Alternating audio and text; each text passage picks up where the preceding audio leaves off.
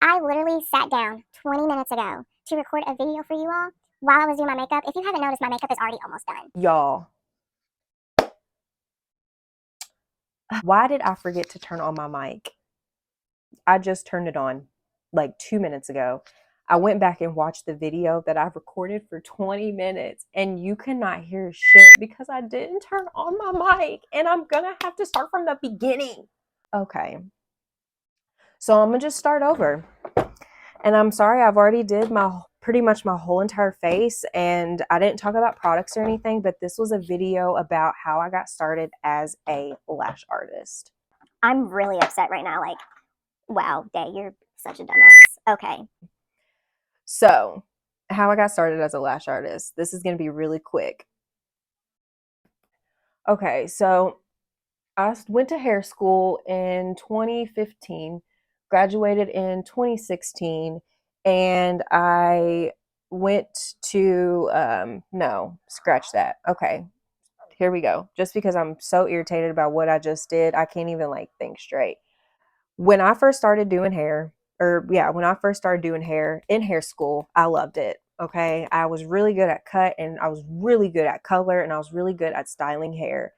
And I graduated cosmetology school, went and got my license, and I started working at a full service salon like right off the bat. Like I was freshly licensed, wee little whippersnapper baby hairstylist ready to conquer the world.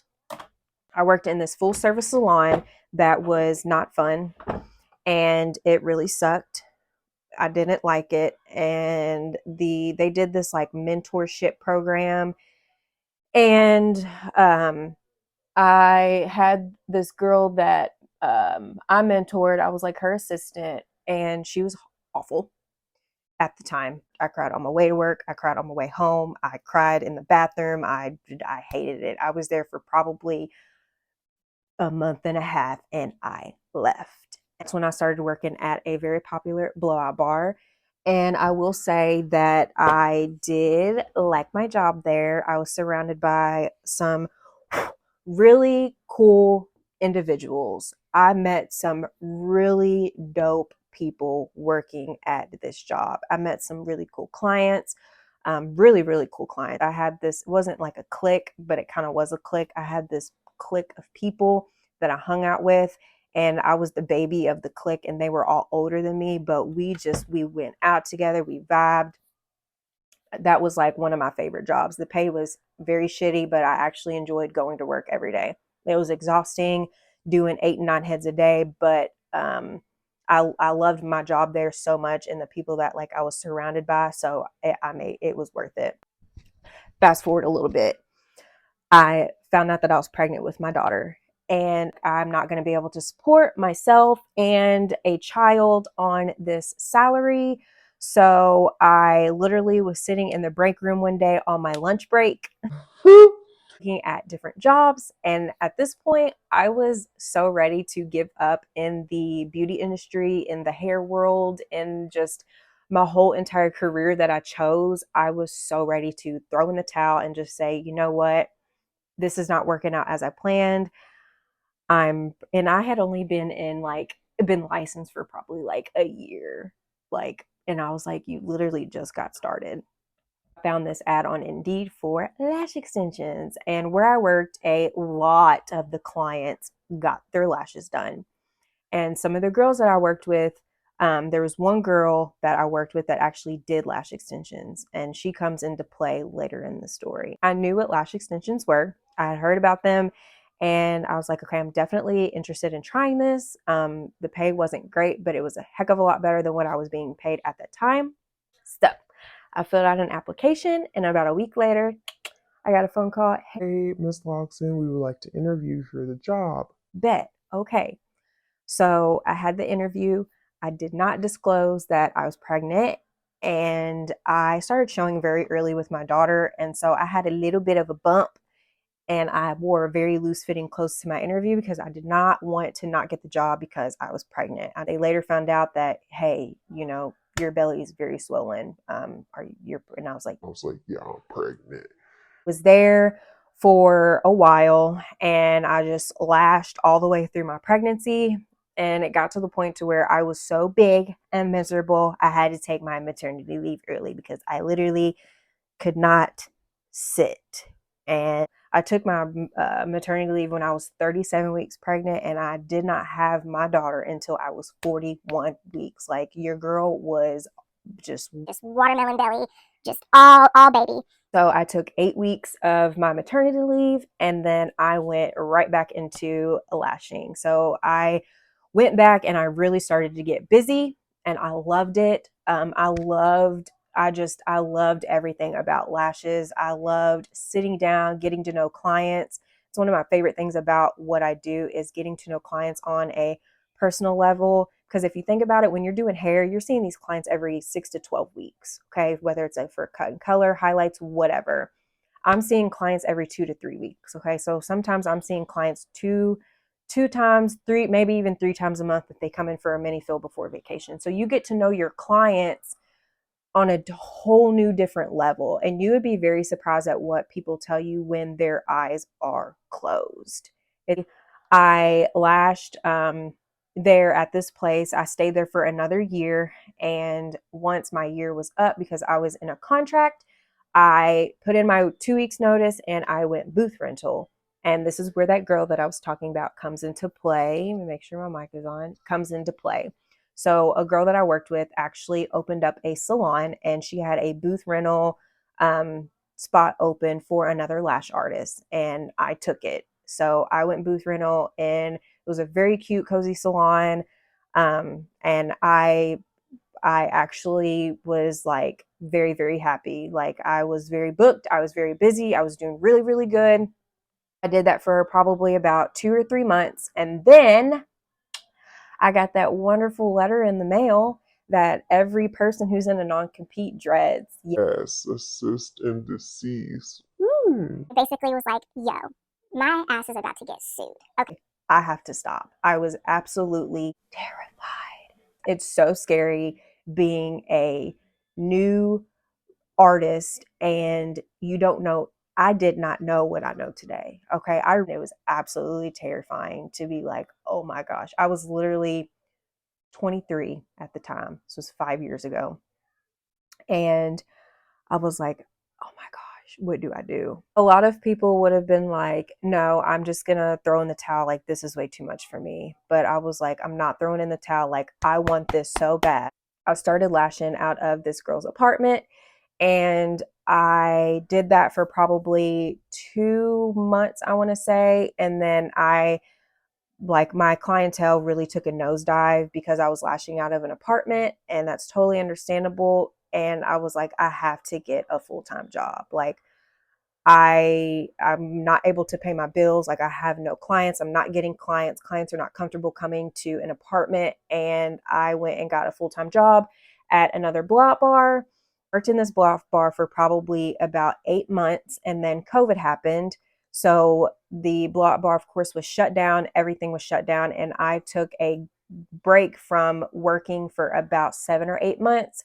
I stayed home with my daughter. I was living at home at the time. And once she went back to school, I was like, okay, now I need to get a job. And that is when I went to a salon in Louisville, and I was an assistant and I did lashes. They had a room there, and I told them, hey, I do lash extensions. And they were like, we need a lash artist. Do you want the job? And I was like, yeah, I want the job. Did that for a while, and then I ended up going back to the place where I was originally trained.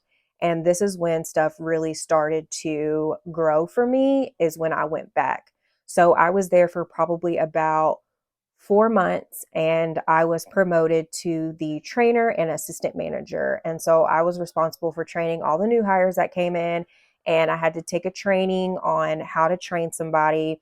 And I come to find out, I am a really good teacher. I truly enjoy training people about lashes. I enjoy teaching people the craft, breaking things down, discussing things. I genuinely enjoyed doing this. And it's when my dream and my goal changed again.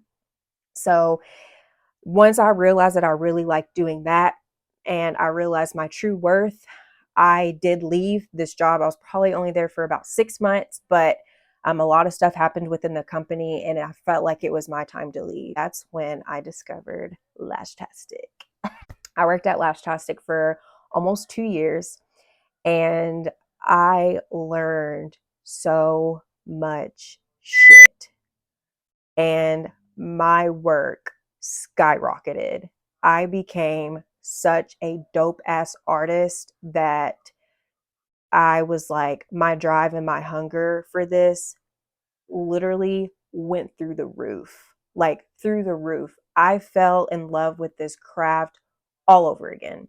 Once I I learned handmade volume versus using pro-made or pre-made fans. Game changer. I learned so many things about different diameters, and I had to take a training with the owner again. So altogether, I've taken 3 trainings. I had to take a training with her just to critique my work, and my training with Amber was the hardest training I have ever been through. Absolutely adore Amber, but her training is Fucking boot camp. I cried. I wanted to throw my tweezers across the wall. I said some not very nice things in my head to her. We argued, but it made me, for one, I'm close with her to this day, but it made me good. It made me better. I was already good. It made me better at what I do.